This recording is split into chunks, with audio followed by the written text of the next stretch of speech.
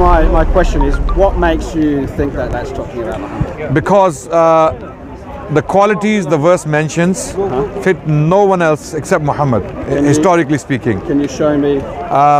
Okay. When it says that I will raise you a prophet from your brethren, Yep. okay, the term brethren can refer to Israelites and non-Israelites, in particular the Arabs, because the same term in the Bible refers to Edomites. Edomites, are you aware of that? Yeah. Well, it does talk about Edomites. And they were Arabs. Yeah, but number one, have you got evidence that Muhammad's claim to descend from Ishmael is a genuine claim? Have you got evidence? Yes, absolutely, absolutely. What's your evidence? Firstly, to prove my argument, Muhammad doesn't have to be a descendant of Ishmael. Are you aware of that? Right. So who are you saying he is? He's an Arabian prophet. So just to respond to your point, I don't have to prove to you that Muhammad was a direct descendant of Ishmael. He was. I will prove that to you.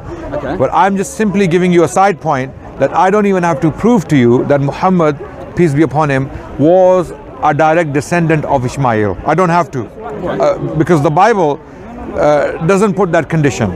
No, okay. But it does say brethren, and the context seems to be quite clear when it says brethren. Well, he was an Arab. The 12 Muhammad tribes of Israel. Muhammad was definitely an Arab. Whether he was a descendant of Ishmael or not can be addressed.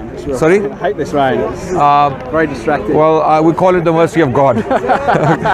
When we don't have it, we're praying for it. Yeah. You're from Australia. Recently, people were praying for rain. And Muslim. Caleb, by the way. Nice to meet you. Adnan? Adnan, yes, Adnan. And recently, Muslims came out to pray for rain.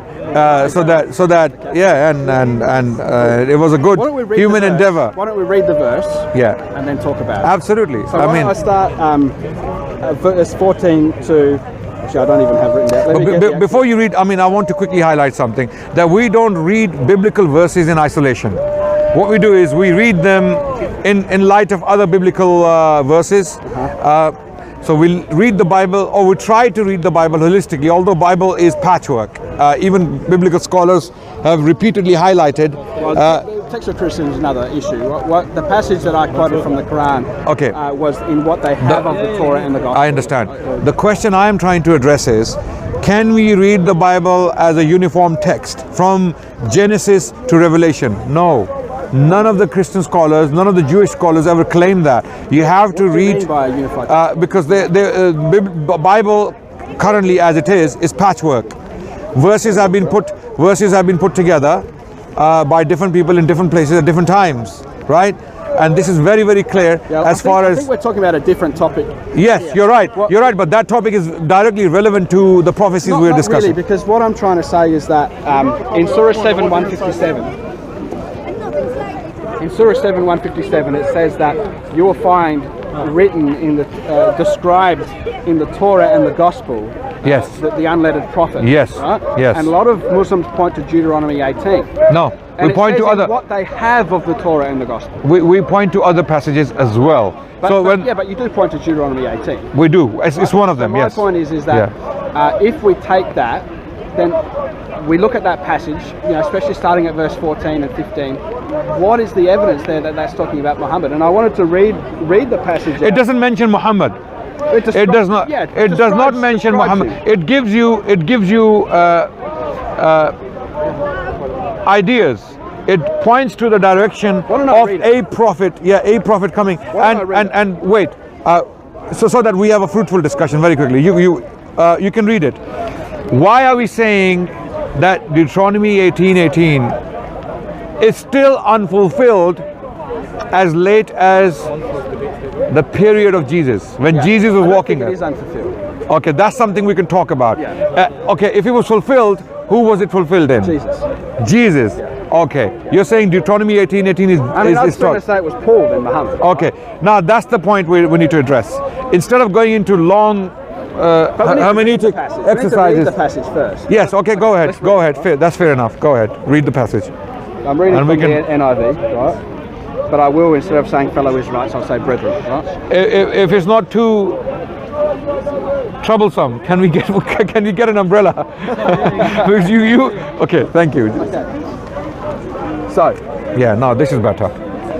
Verse 15 of chapter 18 of Deuteronomy. The Lord Okay. your God will raise up for you a prophet like me from among you, from your fellow Israelites or from your brethren. Okay. Okay, this translation I don't know. Yeah. We'll say from brethren. Is that in brackets? No.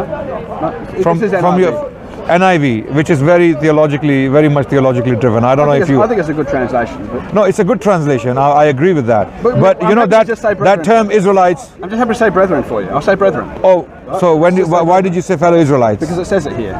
But I'll just But say it's not- brethren it's for not in your the sake, Hebrew. I'll say brethren. Yeah, I agree. The Hebrew is brethren. So- I so- think so- the so- meaning is fellow Israelites. That's why it's translated that way. What I'm trying to highlight is you just I'll read it read through. something which is not in the Hebrew text. Do we agree? No, I think that is in the Hebrew text. I think it is saying fellow From Israelites? Yeah, it is saying fellow Israelites. No, it's not When there. it says brethren in that context, the No, meaning is fellow Israelites. We can debate that point. But the word, debate that point. the words fellow Israelites is missing completely from the Hebrew text, from It all says- manuscripts. It says brethren, but the context of Yes. brethren is No, fellow Israelites. this is something you're imposing on it. No, this is something Because that is just brethren in is a the very meaning. general term, which we can talk about. It can mean Israelites, no doubt. Let's it can go- mean Israelites. Let me change it It to can King also James mean for you. non-Israelites. How will King James sort you? Will that be good for you? All right, let me read it, King James. Right? No, but why don't we go to Hebrew? Isn't that Well, we better? know the word is brethren, Exactly. Okay. I've no now, problems with that. now the issue is.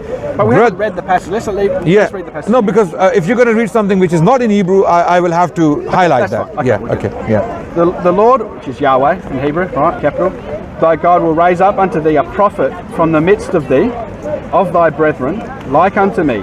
Unto him you shall hearken, according to all that thou desirest of the Lord thy God in Horeb in the day of the assembly, saying, let me not hear again the voice of Yahweh, my God, neither let me see this great fire any more, that I die not. And when the Lord said this, and when the Lord said unto me, they have well spoken that which they have spoken, I will raise up for them a prophet from among their brethren, like unto thee, and I will put my words in his mouth, and he shall speak unto them all that I shall command him. So the first thing I wanted to point out here is that it says there has to be a prophet like Moses. Good. Right? Yeah. We agree. So in here the context, what let's does that agree. mean? Let's agree first. The term is brethren, not Israelites. Yes. That's fine, yeah. Okay. And a prophet who will come in the future will be a prophet like Moses. Yeah, but Okay. there's a context to it though. All right. What's the The context? context is verse 15. Okay, which where is what? It says, Read it, please. verse 16. According to all that you desired of the Lord your God, Yeah. in Horeb the day of the assembly, saying, let me not hear the voice of the Lord my God, neither let me see this great fire anymore, that I die not. So the context is when they went to the Mount Horeb, God spoke out of the fire to the people, but they didn't want to hear anymore. Okay. And so they wanted Moses to speak to God and then bring the message to them Sure. from God. That's Sure. the context here. So That's amazing. That fits well into the profile of Muhammad. We will let's see just how. clarify. Yeah. So Moses, in other passages in Numbers, it says that Moses would go and speak. Thank you. Oh, sorry. Sorry. I took the other one. Moses would go and speak to God. Yeah. God would appear to him. He'd appear to him in the burning bush. He appeared to him in a pillar Okay. of cloud. Okay. He would speak to him. He would give him the commands, and then he would take that command Okay. and give it to the people. Okay. That is how Moses. My would do it. understanding- That's what it means to be like Moses. There's nothing else in the context. That's all it says about what it means to be like Moses. Thank you for that. I understand your concerns about this. How we understand this particular verse and verses around this verse is that not every single aspect of Moses' life has to be fulfilled in this coming prophet. For example, It's just that one point.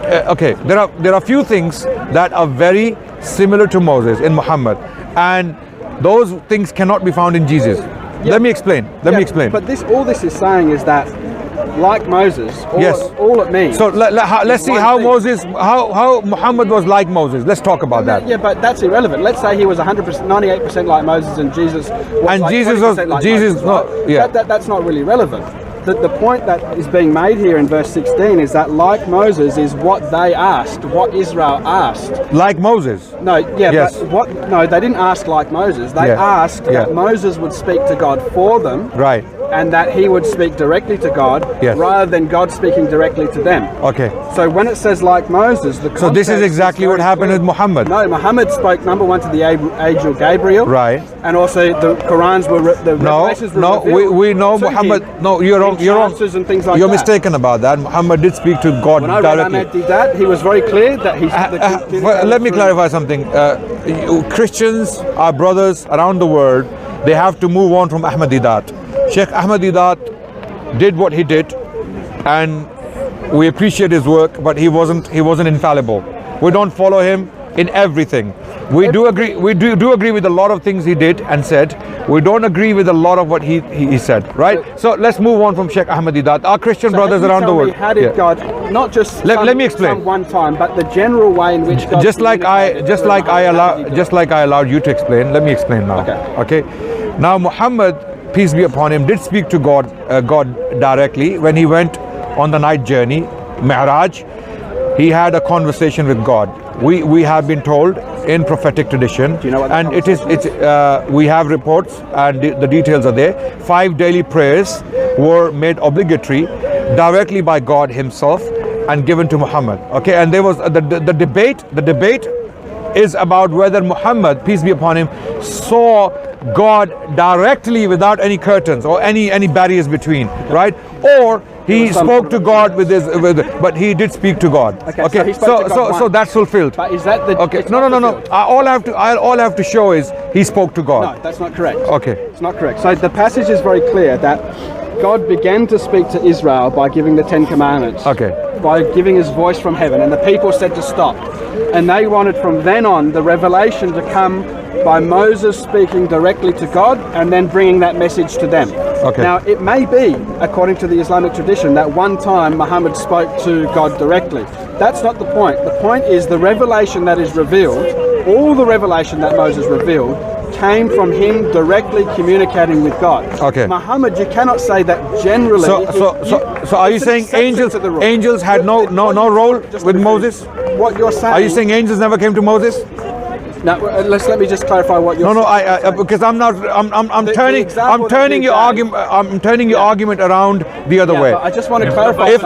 No, I'm not talking to you. I'm not talking to you. Sorry. That's right. Sorry, it doesn't need your help. If an angel did not come to Moses, No, wait. then why you are exaggerating? Okay. Can you? Am I talking to you, sir? Am I talking to you? If angel did not come Does he need your help? Moses, why you are exaggerating? Does he need your help? Why? Does he need your help? Does he need your help? Does he need your help? Speaker's corner. He's doing this is speaker's corner, and everybody has a right to speak. Okay. If you- We'll continue with our discussion. Okay, we'll ignore him. Yeah. He's being indecent, and we'll continue with our decent discussion.